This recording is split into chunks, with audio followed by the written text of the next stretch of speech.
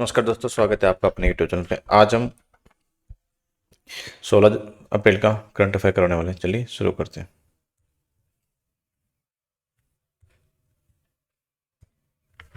कि हंगरी के नए पीएम पीटर मेग्योर, ये हंगरी के नए पीएम है।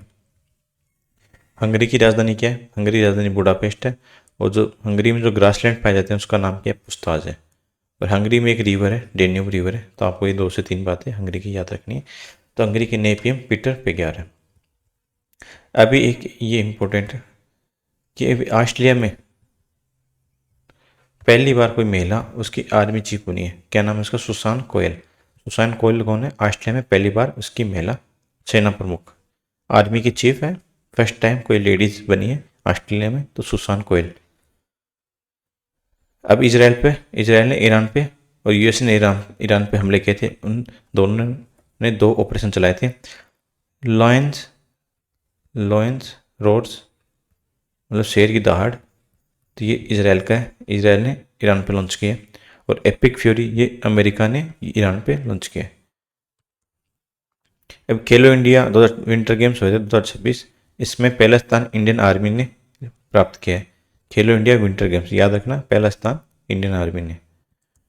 अभी एशिया का सबसे लंबा एलिवेटेड वन्य जीव कॉरिडोर। कॉरिडोर मतलब ये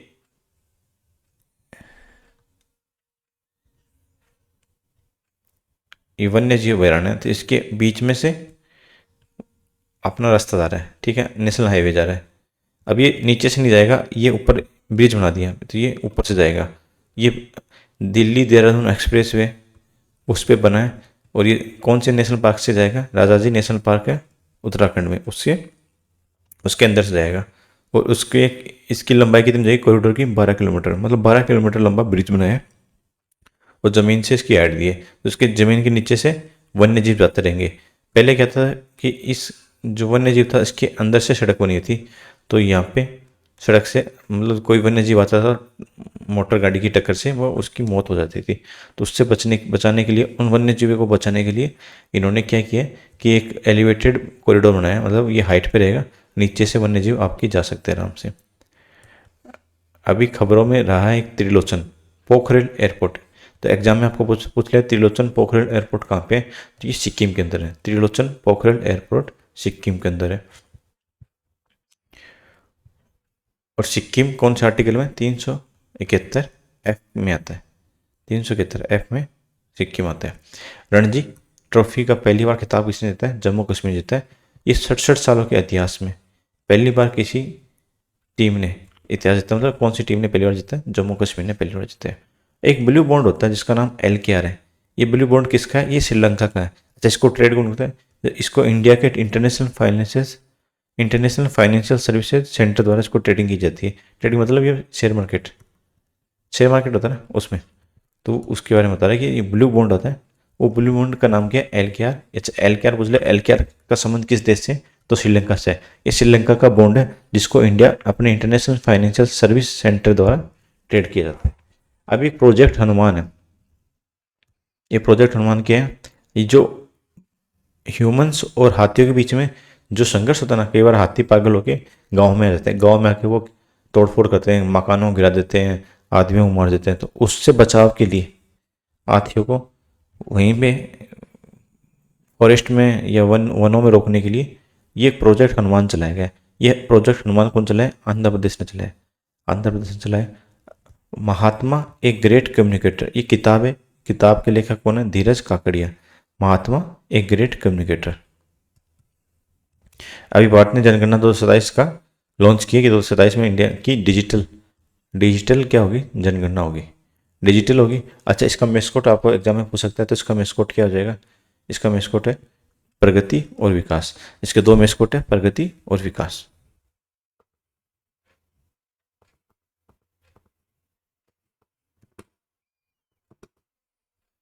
अभी वर्ष 2025-26 में पेटेंट के आवेदन आए, मतलब पेटेंट के लिए एप्लीकेशन आएगी।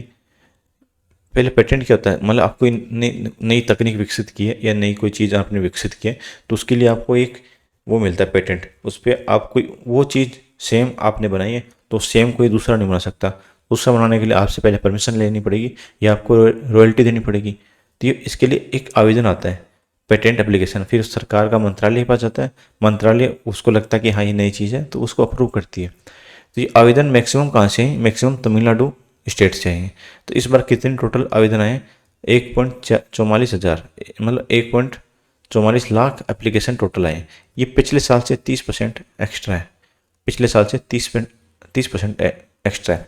अच्छा, एक पेटेंट एक्ट है, तो पेटेंट एक्ट 1970, याद रखना पेटेंट का एक्ट कौन सा, 1970। अच्छा, जो पेटेंट मिलता है वो 20 सालों के लिए मिलता है, 20 साल के बाद आपको वापस इसको रिन्यू कराना पड़ेगा। 20 सालों के लिए पेटेंट मिलता है। पेटेंट क्या है, एक इंटेलेक्चुअल, ये आपको आईपी बोल सकते हैं, प्रॉपर्टी है, यह बौद्धिक संपत्ति है। अच्छा, इंडिया की वर्ल्ड में रैंक कौन सी है पेटेंट लेने में, 6th रैंक है, इंडिया की 6वीं रैंक है। एक एस्मंड बी मार्टिन एक अवार्ड होता है, इसको पहली बार इंडिया के किसी आदमी ने जीता है। तो पहला भारतीय कौन है, डॉक्टर कीर्ति, अभी इनको मिला है डॉक्टर कीर्ति को, ये पहली भारतीय है। ताइवान, भारत और ताइवान ने एक औद्योगिक पार्क विकसित करने की घोषणा की है। ये भारत में साणंद धोलेरा, ये गुजरात के अंदर है, ये इस क्षेत्र में गुजरात में यहाँ विकसित किया जाएगा। ठीक है, ये किस किस चीज़ का पार्क है, इंडस्ट्रियल पार्क है, ये सेमीकंडक्टर बनाएगा।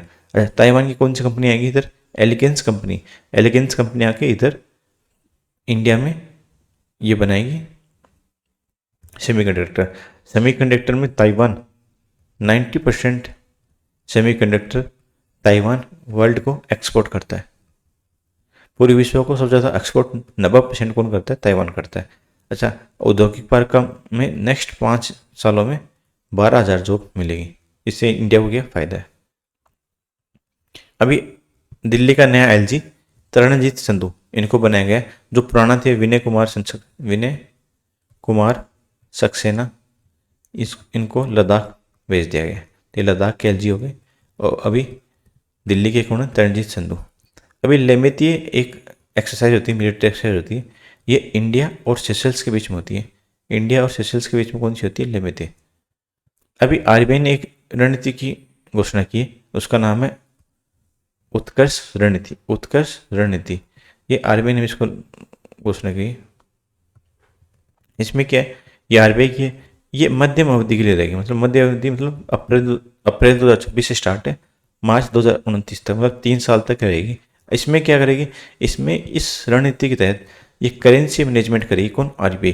करेंसी मैनेजमेंट में क्या करेगी, एक प्रोजेक्ट सामुद्रा है उसको मैनेज करेगी, और ई रुपया, इलेक्ट्रॉनिक रुपया, डिजिटल रुपया, इसको सेंट्रल बैंक डिजिटल करेंसी, इसका एक्सपेंड करने के लिए ये अपनी रणनीति बनाई है। अच्छा, रणनीति के 6 स्तंभ है, 6 पिलर बोल सकते हैं। इसमें क्या क्या बनेगा, एक तो मजबूत कानून बनेगा, ग्राहक के लिए सेंट्रिक होगी, मतलब ग्राहक को केंद्रित रहेगी, ग्राहक की बात सुनी जाएगी, समावेशी, तो सब तक फाइनेंस की पहुंच होनी चाहिए, गांव तक एक स्पेशल तकनीक, प्रभावी तकनीक बनेगी। बाजार में क्या रहेगी, प्रतिस्पर्धा रहेगी, कंपटीशन रहेगा, मतलब एक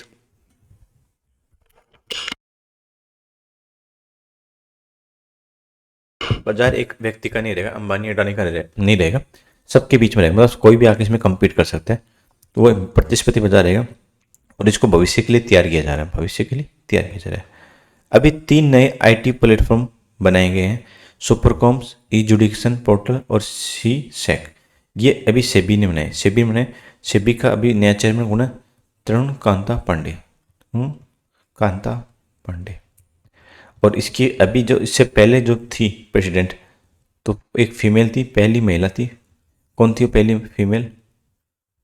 फीमेल कौन थी इसकी, माधुरी पुरी बुच, इसकी पहली फीमेल प्रेसिडेंट थी।